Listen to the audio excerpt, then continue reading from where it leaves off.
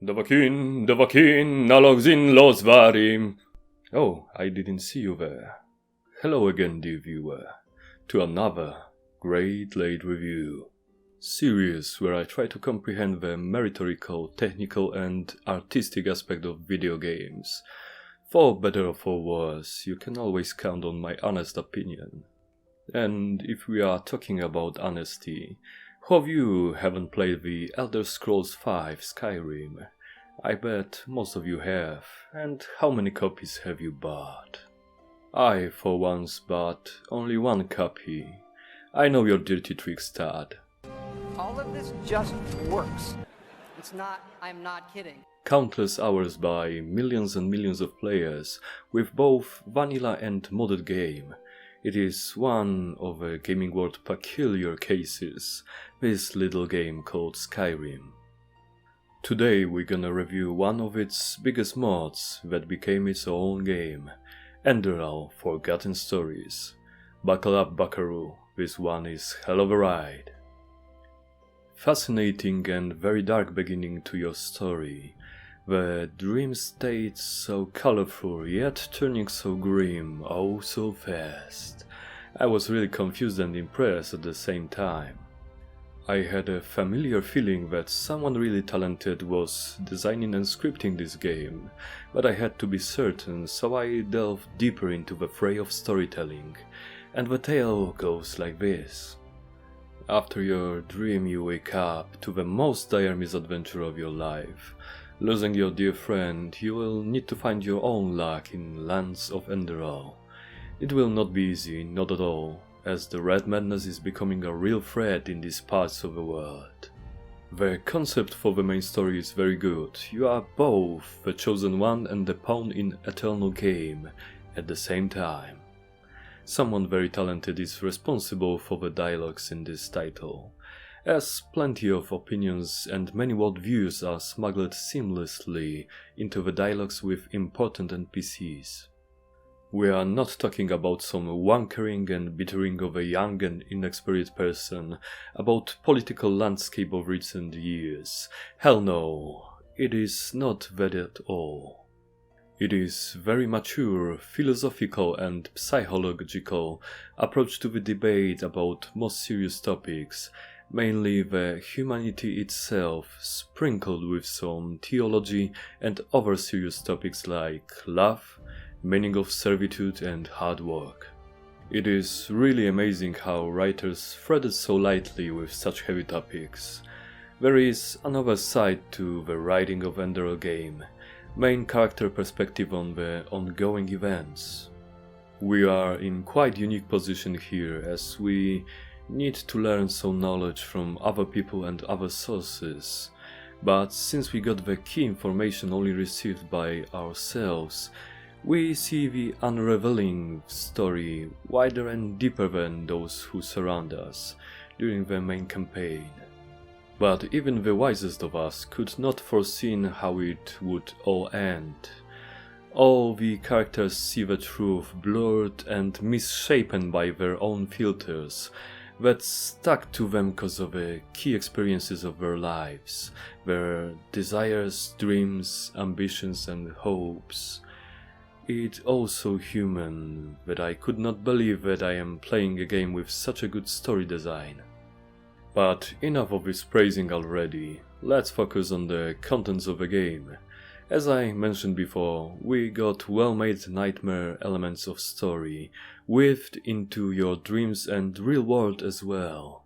They are inspired by Lovecraftian stories and the darker elements of Elder Scrolls series. Elements of your dreams are subjects for interpretation. What have you done and what is only plan, gamified torment by the High Ones, who knows? Game antagonists cannot be trusted, hence we don't know what is in their power and to what extent can they shape reality by manipulation. What seems to be on point and accurate to the truth are the visions you're gonna experience throughout the time of the main plot. They will help you the most to piece the truth together. Another thing that will help you immensely, or rather an entity, is Black Guardian.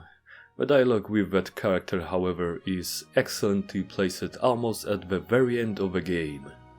It will help you understand what is really happening, and it will fill the gaps in your knowledge about the cycle events, and even some of the ancient civilizations will be drawn in more detail. I was really pleasantly surprised by the endgame. Besides the main plot, you got whole new world to explore and uncover its lore, which is plenty to do. Of course, the amount of extra text and dialogues cannot rival Skyrim itself, but is really quite enough for the world-building enjoyers. I would like to quickly mention the quality of side quests. It is really high for the big quests with multiple parts. Some of the smaller ones are not good at all, but we will talk about that later. Now we will describe the star of the show when it comes to the side activities, and that is the Ralaim sect storyline. This must be one of the best told short stories of all times when it comes to video games. It is consistent with the game world, it has very emotional side to it, and most importantly, it shows us how Machiavellian and almost objectively evil actions from one point of view can be felt as caring and creative forces of good by the so-called wrongdoer. It really got me thinking, cause that is one thing to wanna see the world burn, and completely different is to wanna save seemingly unsavable and hopeless lives by any means necessary, even if it means using inexplicable forces of misshapen creations that can only be categorized as abominations.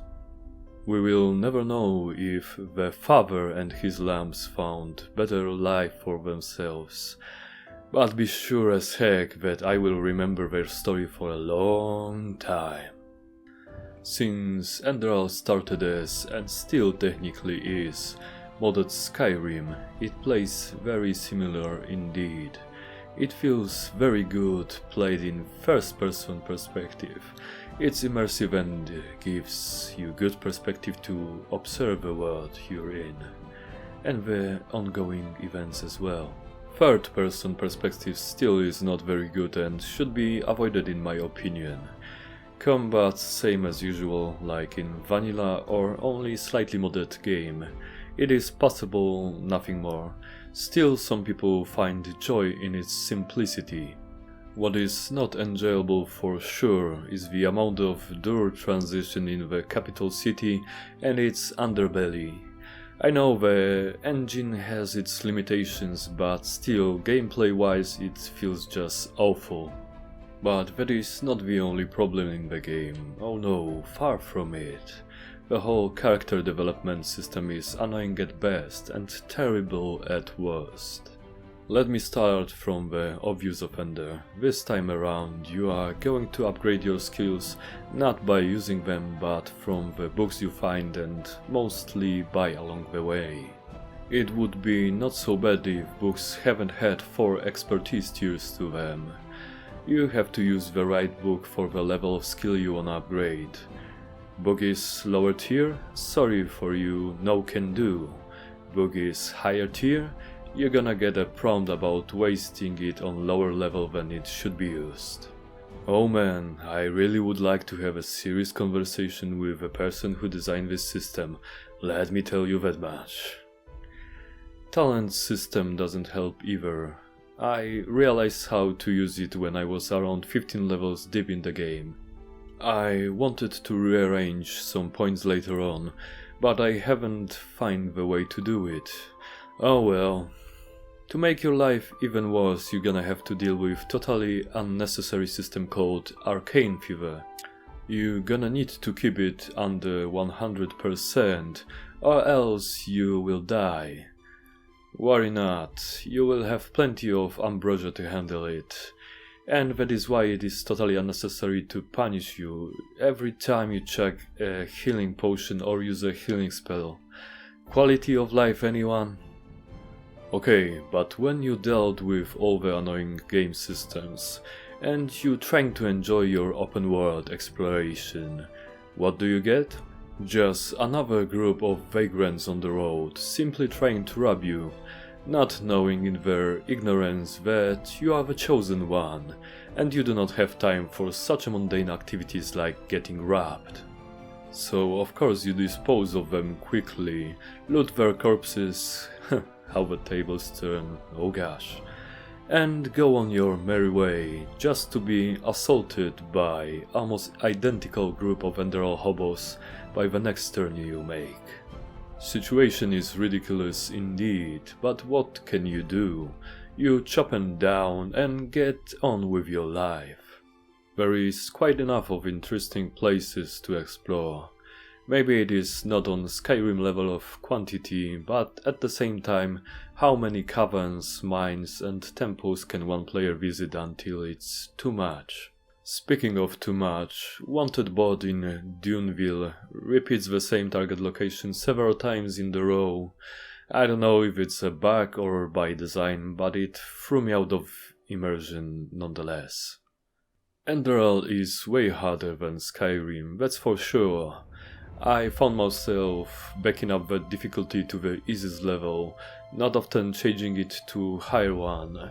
Your companions in travels do not help much, as they are very weak in combat. And when we are at the topic of traveling, you better like it, cause the gameplay consists mostly from it.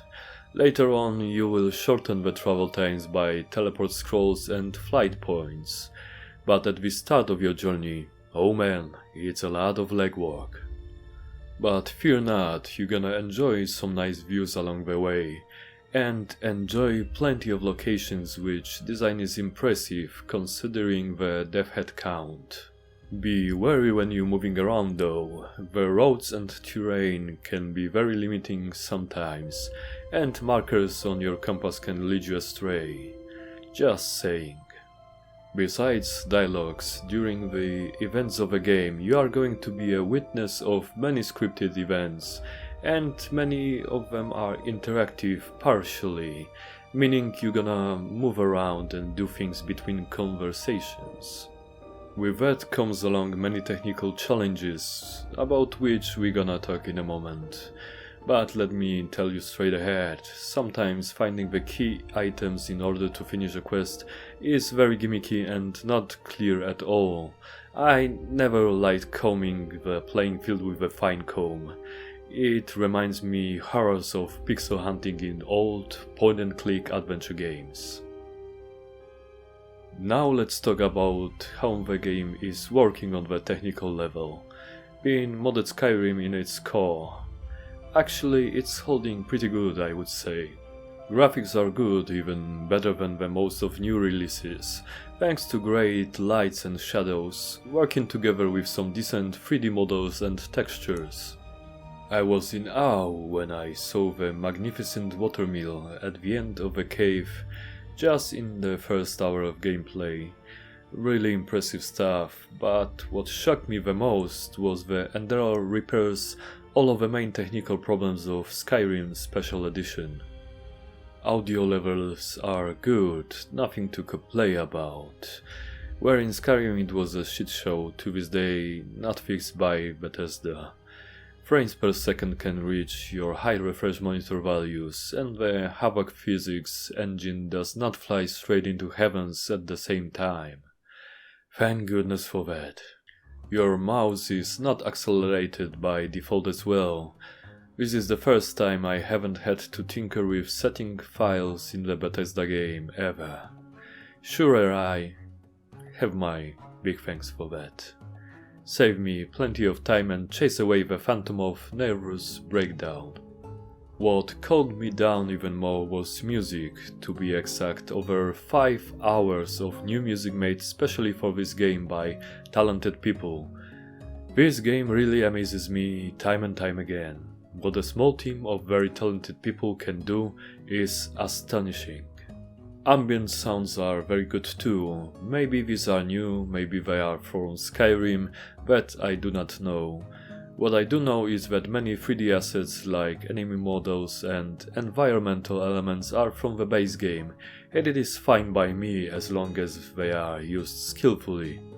I bet some people are gonna whine that they are out of place and remind them too much of Skyrim, and to that I say, play something else instead, the same game for the 13th year in a row. I spent around 500 hours in Skyrim in the span of several months. It was basically my second or maybe first life, to be honest, for that period of time, and I do not regret it by any means. It was magical, but it was a one-off, to be left in the past as a good memory, not to be trifled with, which I had tried to do, but thank goodness for Bethesda incompetence, I uninstalled Skyrim twice, right at the beginning of the game due to technical issues. Voice acting in this title is excellent, considering it was all free volunteer work. Bravo, and thank you kindly, good people of this earth. The only thing I can nitpick is not always on point lip sync, and sometimes changing voice actor for the NPC, which is included in credits, so it is good that it's all honest in this regard. Basically, the majority of bugs come from the base game, so you can't complain too much about it. There is only so much you can do, even with such a powerful modding engine as creation tools. What's gonna give you the most headache are errors in NPC pathing and scripting events, triggers not going off.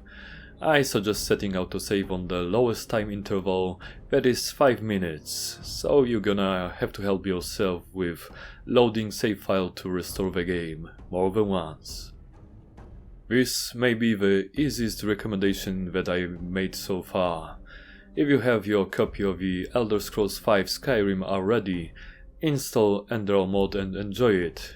If you do not have one, you can buy it for cheap on one of the sales.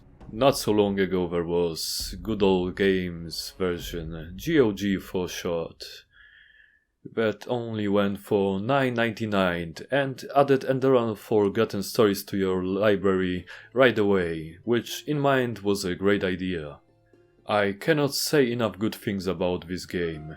It was around 60 hours of wonderful experience for me, and I can easily add Enderal to my list of canon computer RPGs. The last thing that is left for me to do is to wish to you, and for myself as well, that more games like this gonna be made, and enjoyed by the players sensitive to the state of human existence. Maybe it is just wishful thinking, but maybe it has meaning to write it down and say it out loud, who knows. Like, we will never get answers to so many things in this life, but still we can, and we most certainly should, live, work and create, for as long as it's possible. Who knows what future holds for all of us. With this sentiment I leave you, dear viewer, until the next Great Late Review.